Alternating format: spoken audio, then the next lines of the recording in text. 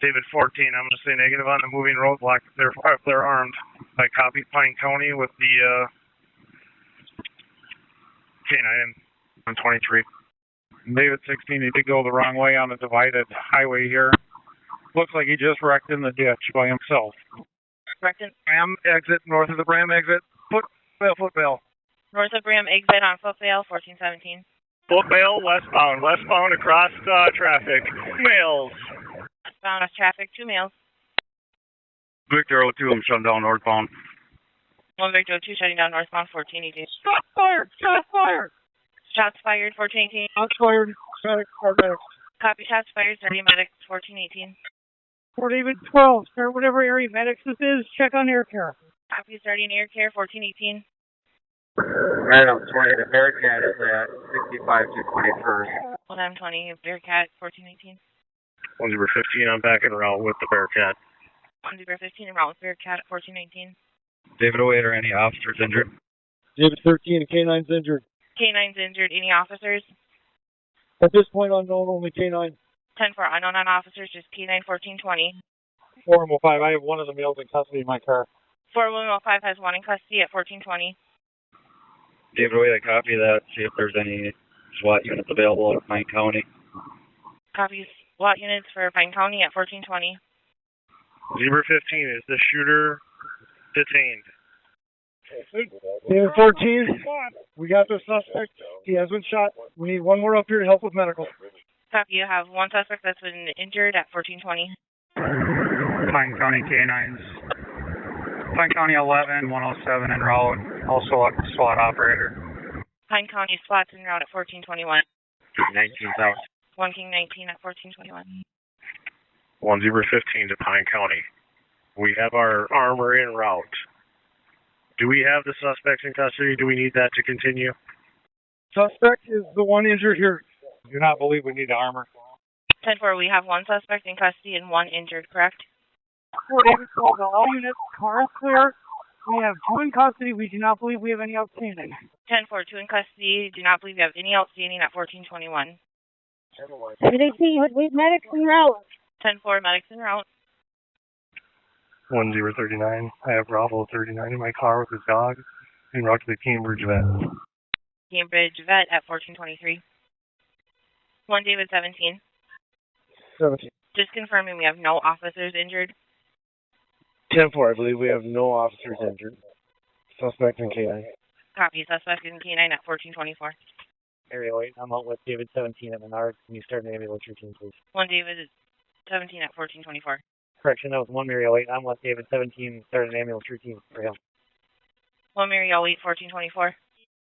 A carjacking suspect is dead and another in jail after leading police on a 40-mile chase north of the Twin Cities. An officer and police canine were also hurt in the pursuit. The string of crimes started at a Blaine strip mall and ended near the city of Bram, and that's where David Schumann picks up the story. We're just outside Bram, where Highway 65 meets Highway 107. Down there in the center median behind me is the pickup truck, doors flung wide open, that police say was stolen in Blaine, almost 40 miles away. The police chase that started there ended when the truck was disabled. 2 adult males fled the vehicle and shots were fired. It's unclear if any of the shots came from the suspects. Officers shot and killed one of the 2 men. The other was taken into custody. An Anoka police canine named Bravo was also shot and went into emergency surgery. Padani says both men were wanted for robbing a Kohl's in Blaine Sunday afternoon, driving away in a stolen vehicle. He says they ditched that, carjacked the pickup truck at gunpoint, and took off up 65. Given the severity of the crime, obviously we did engage the pursuit with the vehicle. Police say the suspects had at least 1 gun that was recovered. Chief Padani says one of his Blaine officers was hurt at some point before the chase started up 65. The officer was taken to the hospital with minor injuries and is expected to recover. In Isanti County, David Schumann, WCCO 4 News.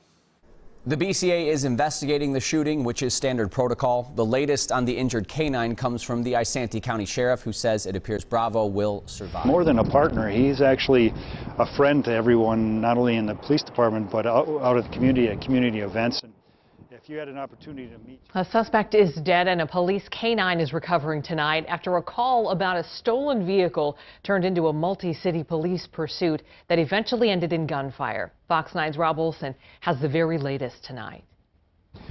A lot of jurisdictions involved in this one, but the BCA is involved in the overall investigation because it was an officer-involved shooting, and we're still awaiting to find out more about exactly who was shot and killed. The canine who was shot is part of the Anoka Police Department, and the good news there is that he's already been released from the U of M Vet Hospital.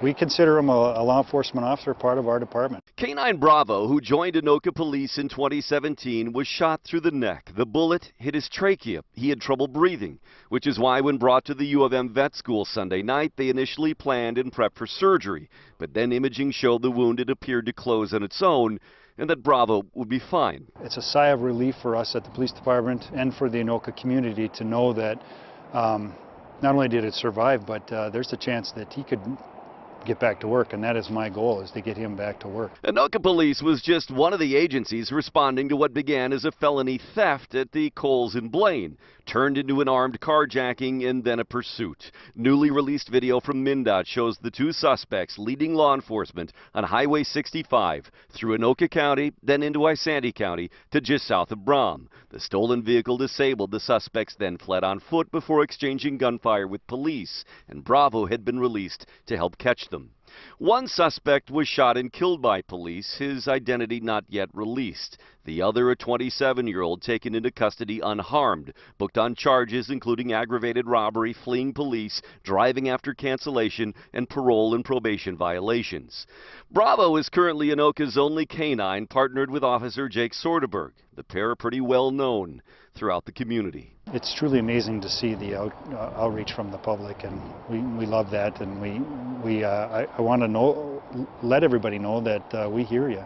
Yeah, again, Canine Bravo released from the U of M this afternoon to go home and heal with his handler, with hopes that he'll be able to come back to work with the department in the future.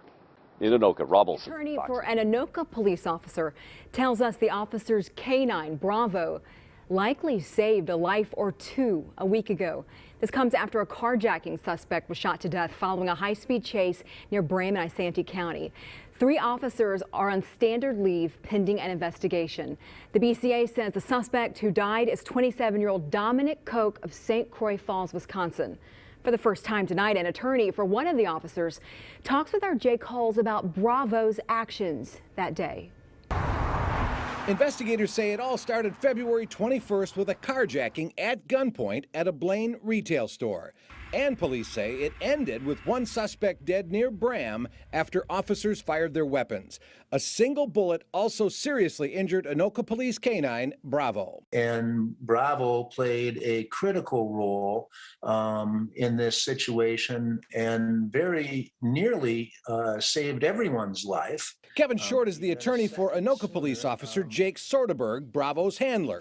Short tells me he's watched squad car and body camera video, which he says shows Bravo subduing the armed suspect. Just as Bravo was restraining him, he recovered the gun, which he'd momentarily dropped, and he fired a shot directly into Bravo's neck, was then turning the gun on the police officers when he was killed. Short says the suspect drove the wrong way up a long stretch of Highway 65, narrowly missing other cars, and crashed in the median after hitting stop sticks laid down by officers.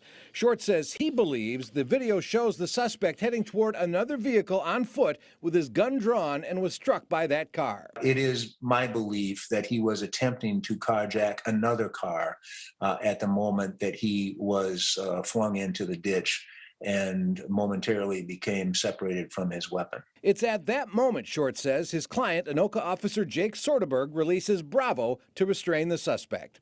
So Bravo gets shot in the neck and somehow survives this. Yes, he had some damage to his trachea, some damage to his the vertebrae in the neck area, but it was a point blank shot to the throat of the dog while the dog was on the person in question. And again, it's really quite miraculous that the dog survived such a shot as that. Short says Bravo is doing great right now, and his partner, Anoka Officer Soderberg, is doing as well as can be expected. You can only imagine. He watched from a very close range as the man placed a gun up under the jaw of his dog and pulled the trigger. It's very emotional, much as if one of your own family members were shot under those circumstances. And Short says Bravo's recovery is going so well, they're hopeful he'll be back on the job in the coming months. The BCA is expected to finish its investigation of the shooting within the next 60 days. Lindsay? It sounds like he did exactly what his job was to do. But, you know, when this happened and we heard about the fact that Bravo was shot in the neck, it just seems amazing he survived. It is truly amazing. As Mr. Short just explained, it went up under the chin. He put the pistol under his chin. So to not hit anything vital and kill him is just amazing, really. All right, and he obviously received some really nice treatment there, too. He did.